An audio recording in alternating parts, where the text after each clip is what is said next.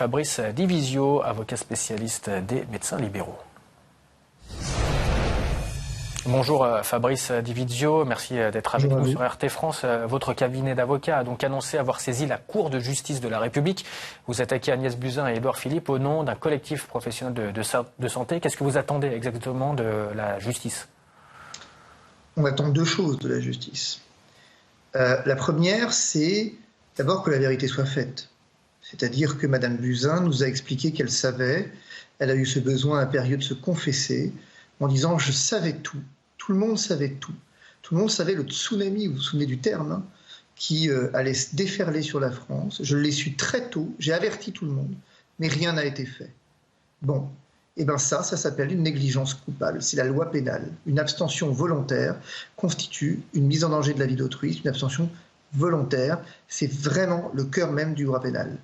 Et donc, ce que nous attendons, c'est que vérité soit dite, que le Premier ministre soit interrogé, que les scientifiques soient interrogés, que les mails soient saisis. Madame Buzyn nous dit qu'elle a envoyé un mail à Monsieur le Président de la République, à Monsieur Emmanuel Macron. Eh bien, je veux ce mail. Je veux que la justice saisisse ce mail et qu'on sache qui est responsable et coupable. Vous parlez donc d'Agnès Buzyn, qui a donc, lors d'un entretien au Monde, exprimé son mea culpa. Je vais redire la phrase, hein. Je savais que la vague du tsunami était devant nous. C'est donc la phrase de l'ancienne ministre de la Santé. Donc, faute à demi pardonnée, ou bien est-ce que vous souhaitez une sanction exemplaire en lien avec la crise sanitaire ? Moi, je suis avocat. J'ai l'habitude de ces questions de santé publique. Ce que je souhaite d'abord, c'est qu'une sanction soit prise, parce que personne ne peut arriver dans la presse en pleine campagne d'épidémie comme on l'a connue, comme on la connaît en ce moment, et venir dire « bon, bah écoutez, voilà, alors j'ai besoin de me confesser, j'ai mal fait ». Non, il n'y a pas de faute avouée à demi pardonnée. Au contraire, l'aveu de cette faute caractérise l'infraction pénale, et Mme Buzyn est doublement coupable, même triplement coupable. Elle est coupable de ne rien avoir dit, elle est coupable de ne rien avoir fait, et elle est coupable en pleine crise sanitaire majeure de venir effectivement avoir ce besoin impérieux de se confesser. Et si elle espère que cette confession qui vise à soulager sa conscience et puis pourrait avoir un effet finalement, j'ai presque envie de dire miséricordieux, c'est exactement le contraire. Madame Buzyn signe son irresponsabilité et dès lors sa culpabilité majeure. Mais cela étant, c'est un secret de polichinelle. Mes clients, tous ceux qui font de la santé publique, comme mon cabinet, savent depuis le départ qu'en fait cette affaire a été étouffée et depuis le départ savent qu'en réalité, il suffit de lire le rapport de l'OMS du 30 janvier pour savoir que les déclarations de Mme Buzyn ne sont pas en conformité avec le rapport de l'OMS. Je suis juste soulagé et heureux qu'elle le reconnaisse enfin, parce que maintenant on va pouvoir du coup se lancer dans une bataille pénale dont il faut qu'on ressorte absolument vainqueur pour le besoin de la santé publique et pour les besoins de la santé des populations. Alors justement, vous parlez de bataille pénale. Comment est-ce que vous comptez prouver le motif, je cite, de négligence coupable du Premier ministre et de l'ex-ministre de la Santé ?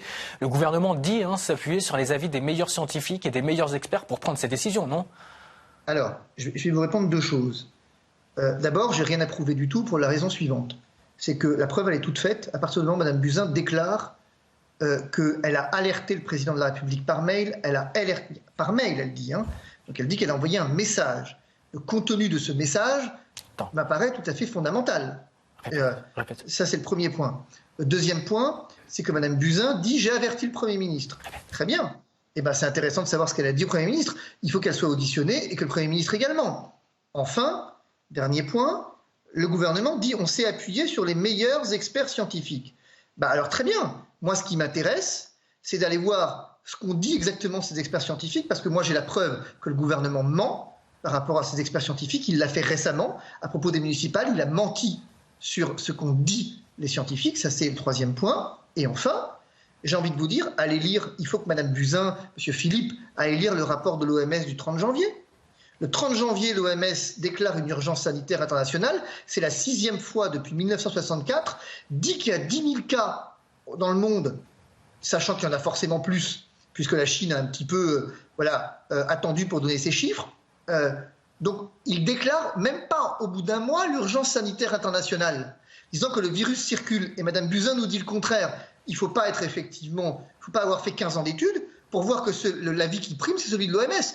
Donc, si le gouvernement a choisi d'ignorer l'avis de l'OMS pour s'appuyer sur les recommandations de ces scientifiques dont j'ignore qui ils sont, eh ben c'est son problème. Mais Mme Buzyn, elle, manifestement, a choisi de s'appuyer sur l'avis de l'OMS puisqu'elle a alerté le gouvernement, dit-elle. C'est ce qu'il faudra effectivement préciser.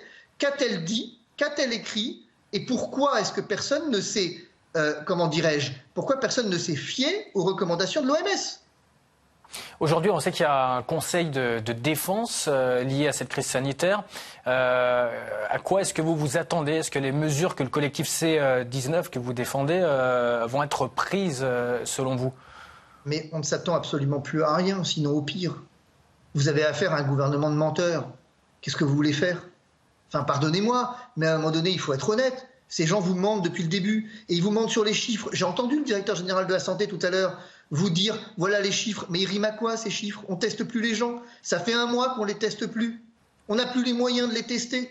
Le nombre de cas qui sont suspects Covid+, mais qu'on ne teste pas faute de moyens, faute de tests, il faut qu'on arrête de prendre les Français pour des imbéciles à un moment donné. On a affaire à un gouvernement de menteurs. Donc qu'est-ce que j'en attends? Oh, mais on va encore prendre quelques mesures, on va encore faire un effet de com, en venant nous expliquer qu'il faut faire ceci ou faire cela. Mais la vérité, c'est qu'aujourd'hui, le retard qu'on a pris ne se rattrapera jamais. Regardez, vous voulez un exemple? Le gouvernement, la semaine dernière, a dit que les masques, vous vous souvenez de ces allocutions grandiloquentes de Monsieur le Président de la République qui vous expliquait avec un ton très martial d'un général en chef des armées que les masques allaient arriver.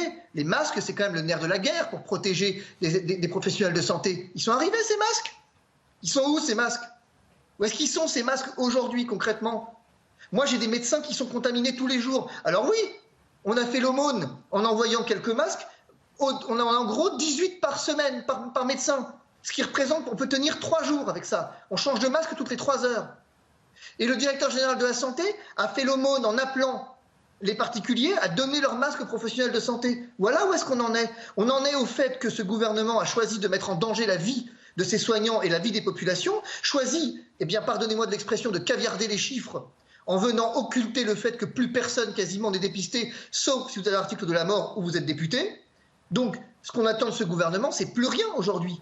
Je vais vous dire, je suis extrêmement pessimiste sur les chances de succès à court terme de vaincre ce virus. La seule chose que j'espère, c'est que mes clients espèrent, médecins, c'est que le confinement marchera à peu près.